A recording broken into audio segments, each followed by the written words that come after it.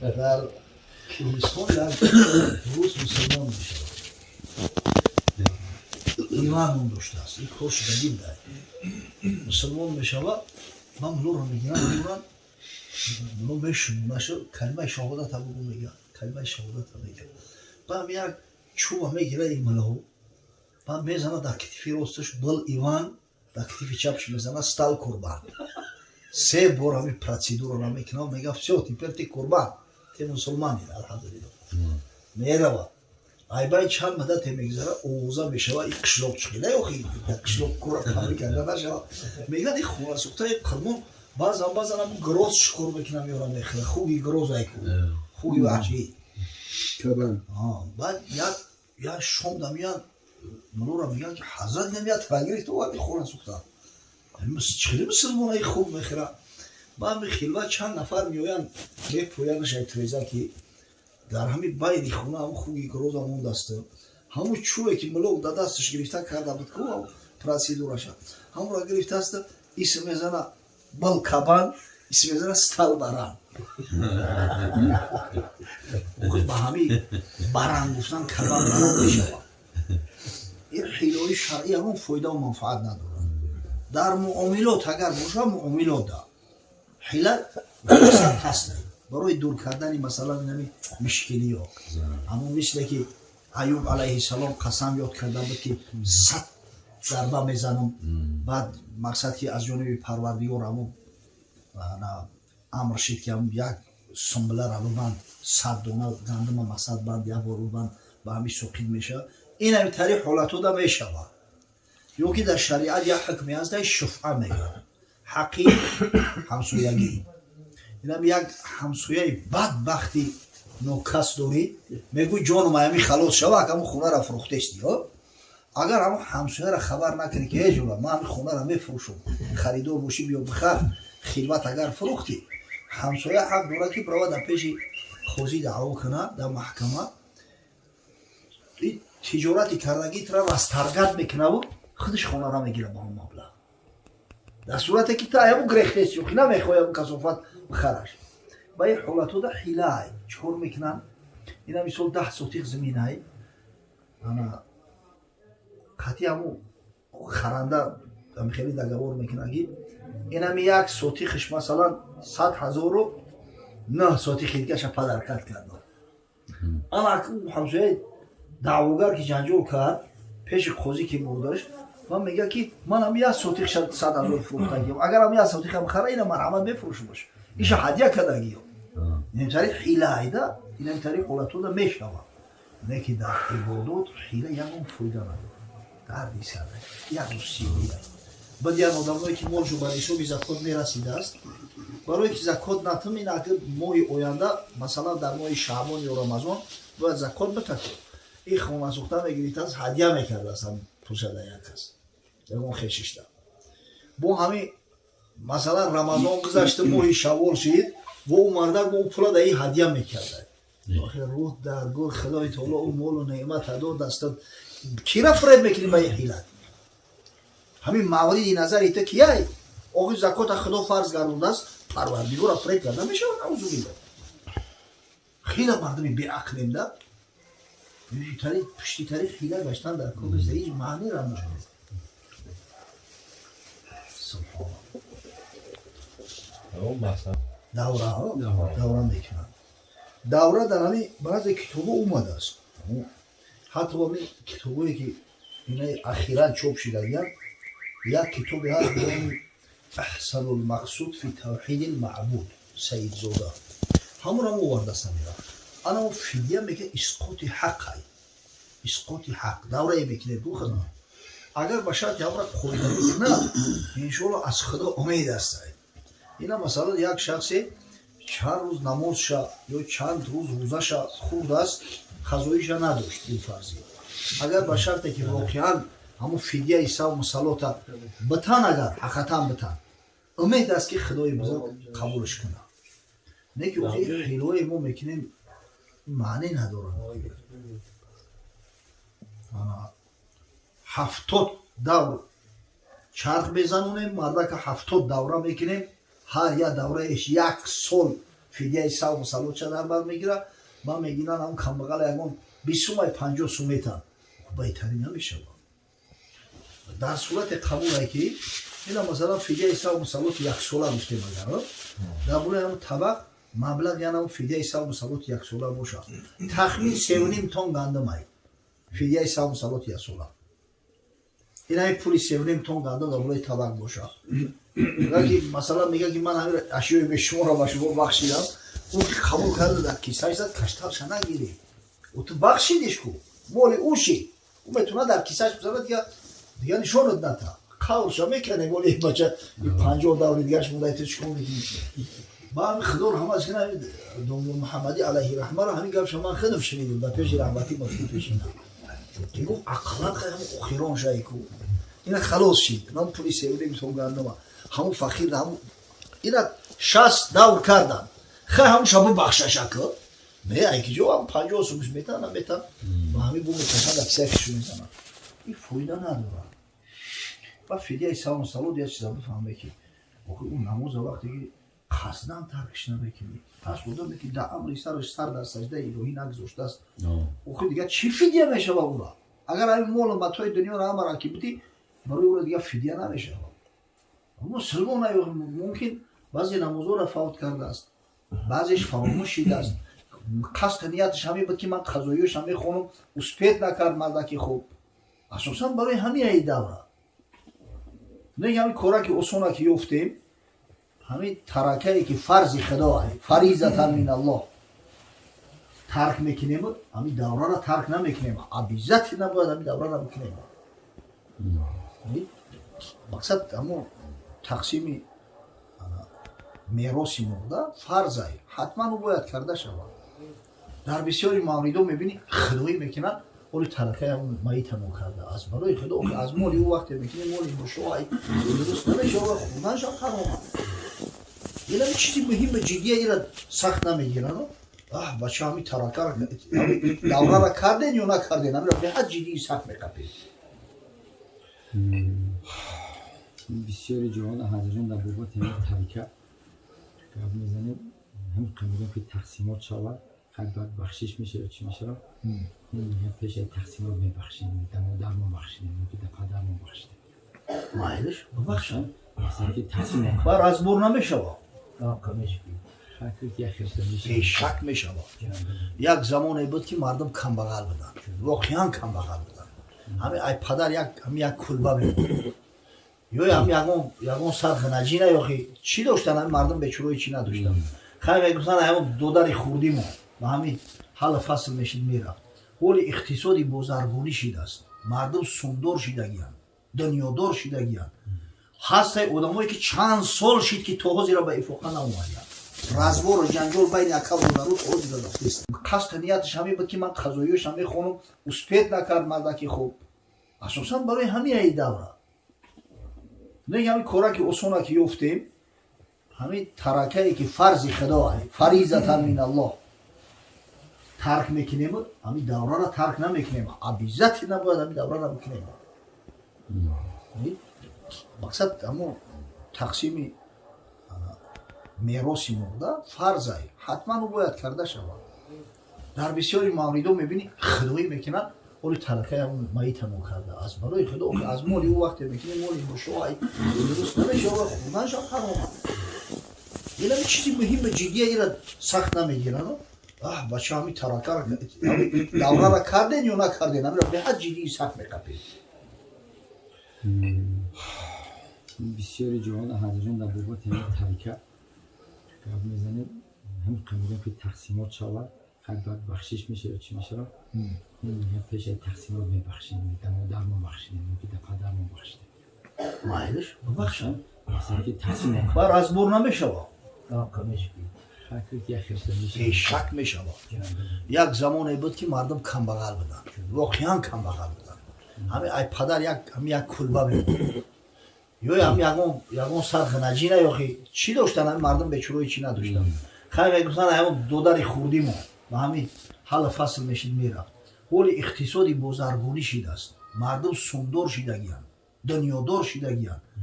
ҳастай одамое ки чанд сол шид ки то ҳозира ба ифоқа наомадиянд развору ҷанҷол байни ака бодару този дада фиста агар ба шарти ҳамин тариқаи шаръӣ нашава ҳамин корро агар воқеан агар амалӣ накунем дар оянда фитнаҳо зиёд мешавад анами дӯстиву рафоқату хеши таборию силаи раҳима ҳама брида мешавад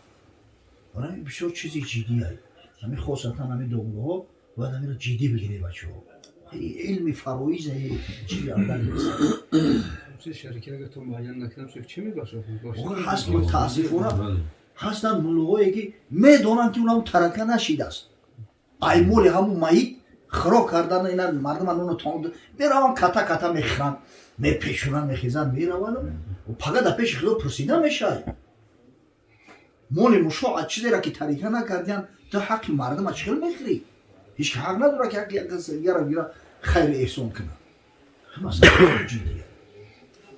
یتیم باشه بله خدای نکرده با اگر یکو یتیم باشه آتش جهنم هم میخوری حضرت نامه پیامبر صلی الله علیه و سلم تولد شده روز تولد پیامبر زنده اساس داره که مثلا میگن در همون روز روزه بگیریم در صحیح مسلم یک روایت های حضرت سوال کردن که برای چه روزی دوشنبه روزه میگیری گفت فیه ولدت و فیه انزل علی در همین روز من تولد شدم در همین روز قرآن بر من نازل شده است اما این برای جشن تولدش نه حضرت برای شکرگزاری نعمت الله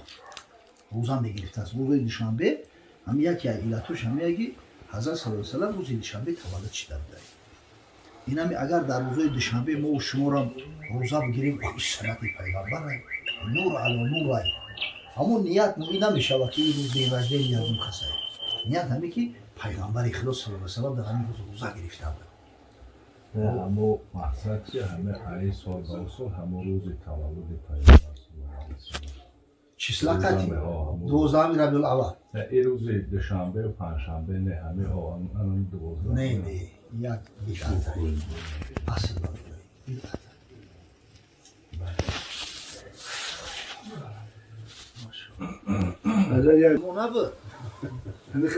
بگم شمتری شده است اگه این 12 هم که میگه تقدیرا نه این 100% نیست اصلا بلوغت مرد صورت های واقعی داره بعد همون مرد باید بولی حکم کنه یکمش وقتی جوان احترامی میشه شیطان فریبش میکنه احترامی کشید همین نشونه بلوغ شد اگه از بس که همین بیشتری وقت همین بچه ها در 12 سالگی احترامی میشود ای 12 سالگی پیش همون آبی منی در بدنشون استای همین خاطر میگن که مینیموم حدی اقلی با بلوغت رسیدن 12 سالگی هست نگه همین دیاری خود مونده کاری خدای 12 سالگی در خیلی پهلوانی در کار که با بلوغت برسه عادتا سینای 14 در با بلوغت میرسند در خدمت خب نشونه دیگه‌اش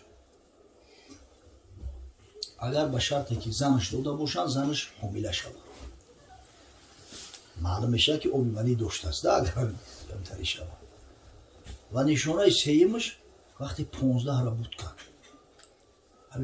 اگر به شرط احترامی نشید زنش حامله نشید جوان 15 را که بود کرد به حکم بلوغتش میتن شریعت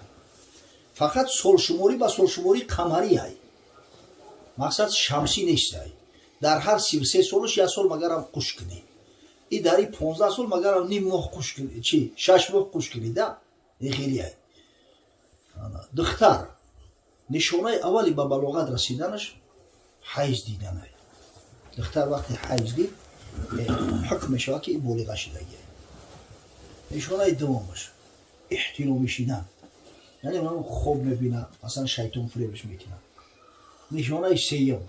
اگر به شرط دختر شوهر داشته باشه حامله شود اگر همین سه صورت واقع نشید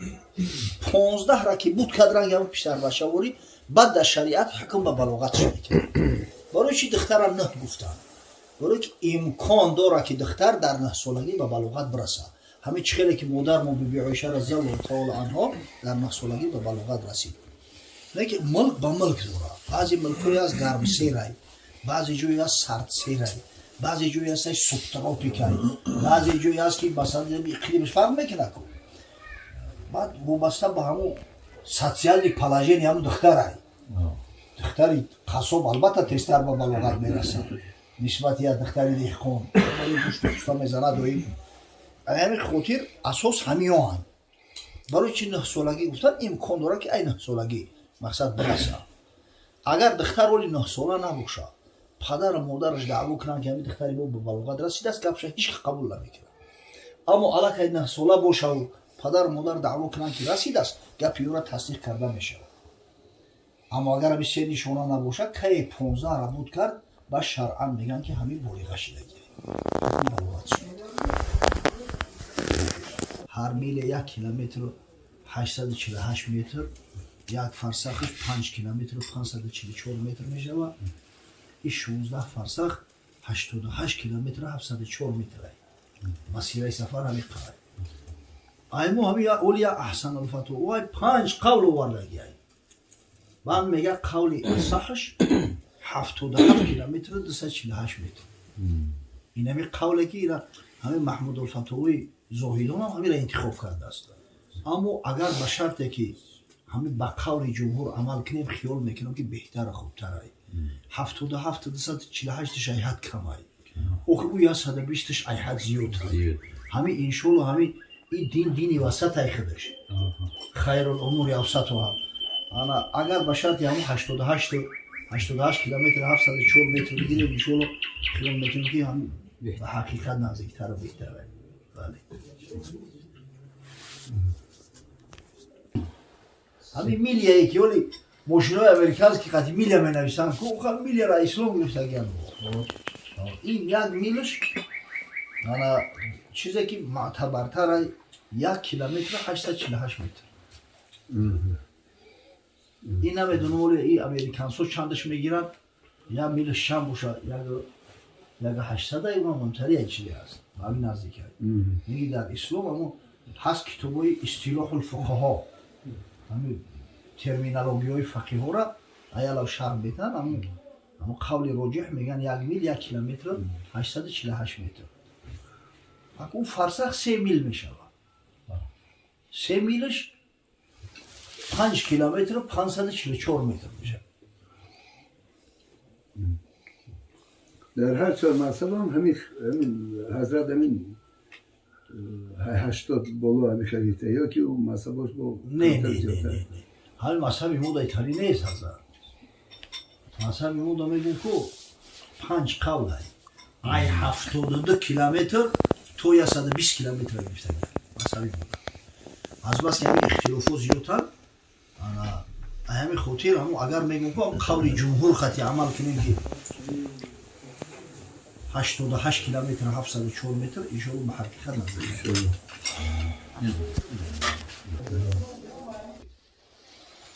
قرض قیامت قبیل موما از پیغمبر روایت میکنه که رسول خدا گفت که حشر کردن میشود گروه علما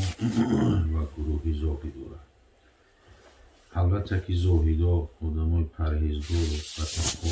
دائم و ذکر دائم و طهارت و عمل صالح خب اینا محشور میشوند و گروه علما محشور میشوند.